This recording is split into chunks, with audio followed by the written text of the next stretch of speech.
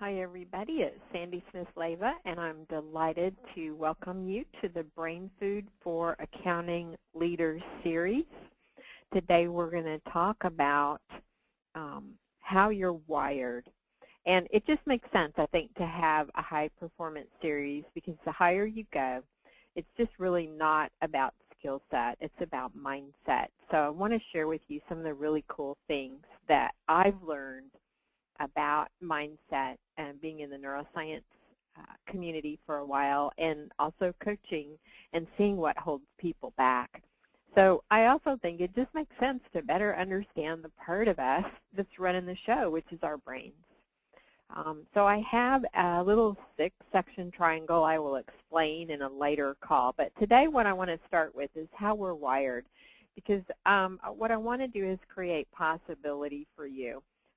And maybe bust some beliefs that you might have that you're holding on to, just in case that may be holding you back. All right.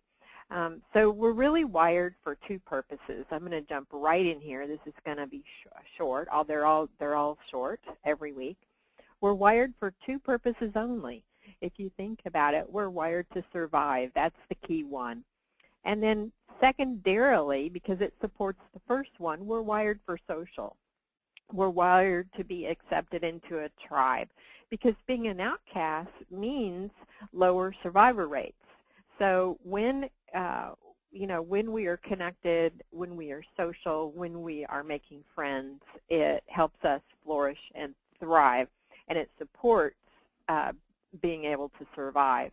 But our brain is very selfish. It's really focused on these two things. And what's interesting about that is it's really the opposite of success and achievement, because to achieve success and to achieve achievement, you have to end up really going against some of the things that are designed to keep us alive, because we're standing out. We're standing out from the crowd, especially socially. We are becoming abnormal, because we are in the top 5 or 10%. So we're actually anti-wired, whatever word that might be. We're not wired for success and achievement. We're not wired to stand out. We're wired to conform. So those of us who have started our own businesses are actually standing out. We're going against the grain of our own brains. And so the bottom line is it feels uncomfortable to do that. And I just want you to acknowledge that, at times all of this entrepreneur stuff is very uncomfortable. And the reason is our brain is designed to conserve resources. And I underlined and bolded that and italicized that and shadowed that and everything I could do with that, because I want you guys to know that unless your brain sees it as a need for survival, it fights how else you want to use your resources. If we're not meeting our purpose of surviving, the brain resists. So that's why there are so many people that are lazy, is because they're not aware of this. There's so many people that are afraid of so many things, and it's because of the way our brain is designed to conserve resources. If it doesn't have to do with survival, eating, sleeping, drinking, making friends, those kind of things, it does not serve our purpose, keeping us alive, keeping us safe, keeping us from threats. So when I talk about survival, I also talk about safety. I want to include safety. And when we're going out and being an entrepreneur, we're kind of bucking the trend. We're kind of being out there. We're standing up. We're standing out. This is not safe for a lot of people. And it goes against the survival and the safety needs that our brain has been hardwired for since the caveman days. So if it feels uncomfortable for you to start a business, it is. Whenever you're working for success, it is uncomfortable, and it's okay, because it's just your little brain trying to keep you alive back in caveman days. We're just not wired for the 21st century. It's going to take tens of thousands of more years or whatever to move our brain wiring into a different direction. So things that feel uncomfortable are going to be things like starting your own business, going to be things like selling, raising prices, setting boundaries with clients, because all of these things are at odds with other people, and they're not conforming, they're not making you stand out. All right. So if you feel uncomfortable, I want you to know that you're perfectly normal, that that's like a totally normal place to be, and it's okay. But how it manifests may not be okay, because other people may try to keep you playing small. I'll give you a story in just a minute. Or again, you may feel lazy or scared about doing some things because your brain is just trying to keep you safe and socially acceptable. I had a client, I used to teach people to read. It was very rewarding for me to do that. There are a lot of people who can't read who are perfectly good adults, and I had a great guy that worked for UPS, and he just moved boxes from one place or to the other. He didn't need to read significantly in his job, and so he had a really pretty decent job, but he wanted to better himself. So he went to this program, and I taught him how to read, moved him from about the first to the third grade level before his wife started threatening him, and threatened that even he and I were having an affair, which was ludicrous, and just had all of these very negative emotions toward Keith being able to improve himself. And of course, people want to make you small because they feel afraid that you're going to change and you're going to outdo them and you're going to outgrow them.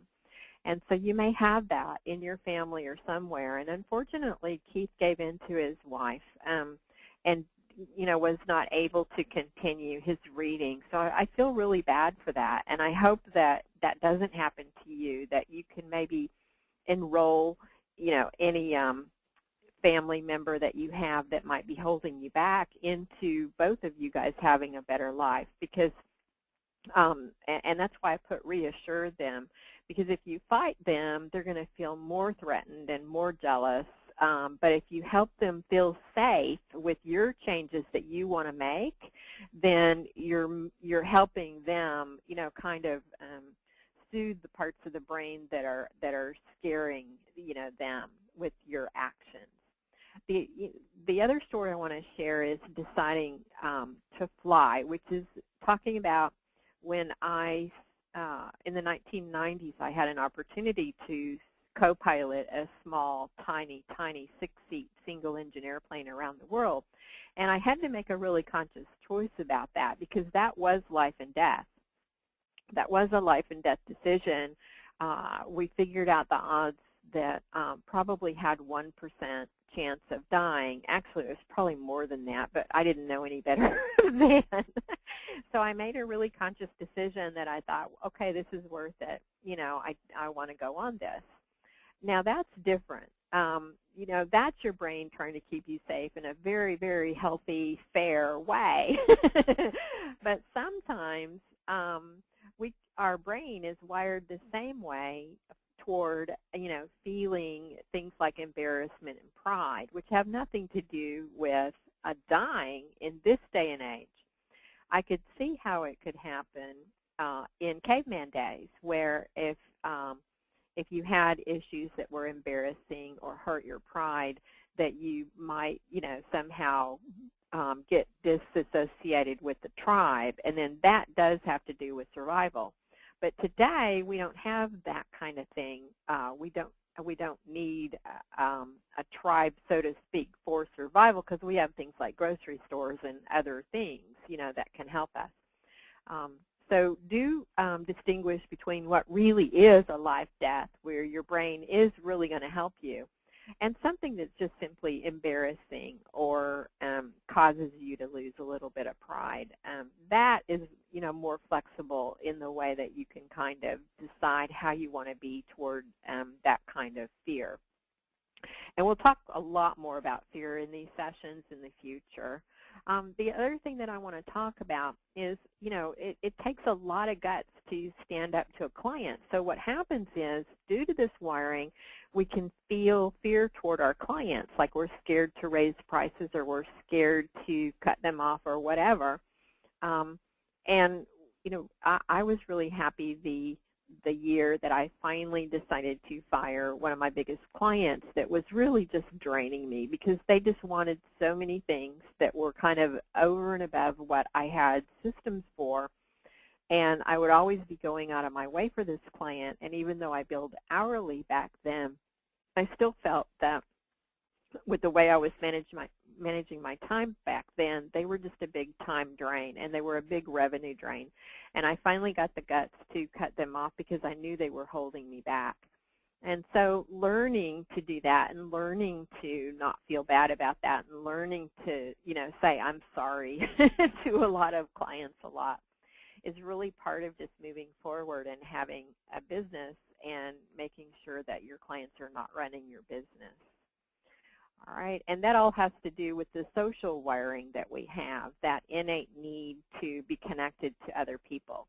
So your action items for this week, look for examples of how your brain supports your survival and your social needs, and look at how others react related to this too. It's just very fascinating to me. So you want to be aware of when your own brain is protecting you, so to speak.